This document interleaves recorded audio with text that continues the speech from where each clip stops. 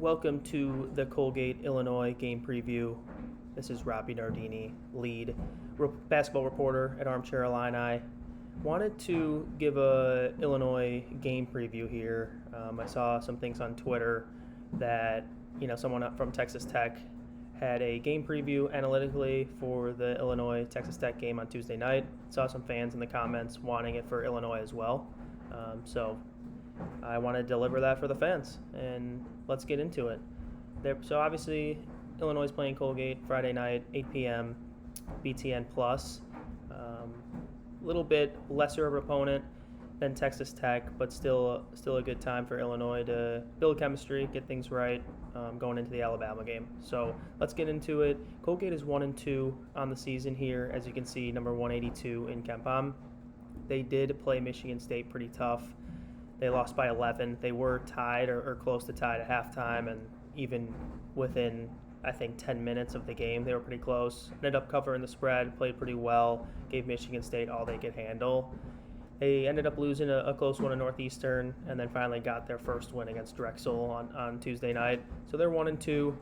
They're a pretty good program over at Colgate. If you've probably seen them in the NCAA tournament, if you're watching that March Madness. They were in the tournament in 2019. Probably they should have been in 2020, and then 21, 22, 23, and 24. They made the NCAA tournament. So definitely a good program they got going on over there. And unfortunately last year they did not make it, but still should be a good opponent for Illinois. Obviously a bye game, but definitely a team that could make the tournament. They were projected to be third in the Patriot League in the preseason poll, behind just Navy and Boston U. And they're a pretty good offensive team. As you can see in the KenPom numbers, they are top 100 in effective field goal percentage, 3-point percentage, and 2-point percentage. Their defense is lacking a little bit, as you can see, with the 248 adjusted efficiency on defense. But just get into more player-oriented, just so you guys know a little bit more about their players. Jalen Cox and Sam Wright are their best players, as you can see here, averaging the most points per game. Looks like Sam Wright's 18.3 and Jalen Cox is 15 points per game. Both are pretty good players, as you can see on Bart Torvik down here, the player rankings so far. Sam Wright's number 2 and Jalen Cox is number 3 in the Patriot League so far in the young season. So definitely some of the best players in the conference. Just their shooting numbers, though. Jalen Cox, not really a three-point shooter, as you can see here. He's only shooting one three-pointer a game, and honestly, he should shoot more, considering he's shooting 100% from the field in his three-pointers this season. But obviously, he's going to be more of a driver, not really a three-point threat. Sam Wright is a center, or I guess a forward, 6'9", plays a lot of center for Colgate, and he's shooting an impressive 2-point percentage. We're going to have to get him out of the lane, force him to shoot outside shots a little bit more.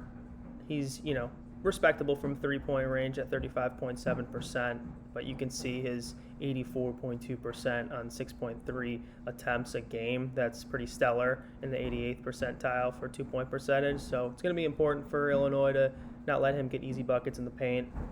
But definitely some good two good, really good players on Colgate here. Definitely going to have to game plan against them. Going back to KenPom, here is the Colgate most frequent lineups. As you can see here, Sam Wright and Jalen Cox both in that lineup. Kyle here, number 13, shooting guard, coming off the bench. He is actually a really good player if you look at his shooting numbers.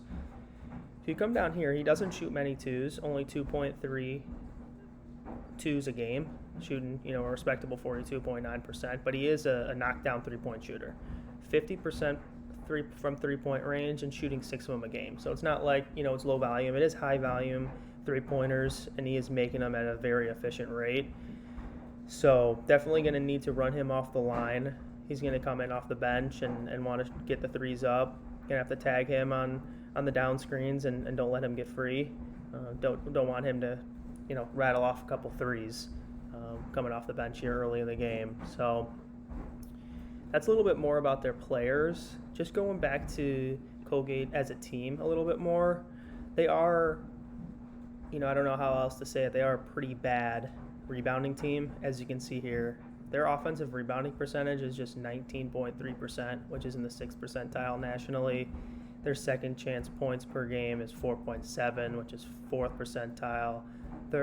3rd percentile for, points on second chance, or percentage of points on second chance, which is obviously very bad, and 5.3 offensive rebounds per game. That's it. So I wasn't worried that Illinois was going to lose the rebounding battle, just having more size and being an overall better opponent, but it looks like they can exploit that pretty easily. Colgate is 21-36 when losing the rebounding battle as well, according to Evan Mia's site. That dates back to the 2021-22 season, so that should be a great advantage for Illinois. Just on the defensive end for Illinois, I talked about it with Sam Wright a little bit. I think we can't let them get easy paint touches, easy paint points, and points within the 2-point range, because they are shooting a pretty good percentage from 2-point. As you can see down here, 56.4% from 2-point range. That's in the 75th percentile in the country. And they're not going to shoot that many threes.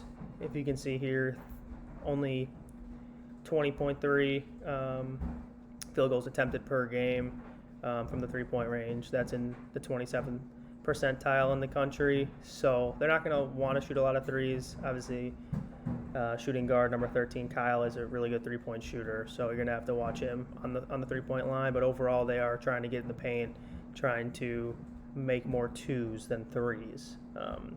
They are pretty efficient in winning when they do win the 2-point percentage margin and when their opponent shoots a bad 2-point percentage. So that'll be important for Illinois to win both of those battles as well. Last thing for Illinois here, I think it is going to be important to defend without fouling. They are a very good free throw shooting team. As you can see here, 83.7% from free throw percentage. I believe that's top 20. 17th in the country in free throw percentage. So definitely got to defend without fouling. Don't let them get to the line too much, and Illinois shouldn't have any issues. At the end of the day, this is a bye game. We're paying Colgate to come to Illinois. Defensive coordinator Cam Crocker knows them very well for being a coach there, and Illinois shouldn't have any issues. But wanted to give you this analytical pregame. I'll do this before Alabama when it's a little bit more exciting, a little bit more evenly matched. But hope you enjoy this. Please follow us on Twitter at Armchair. Follow me at Robby Nardini, and we'll talk soon. Thanks.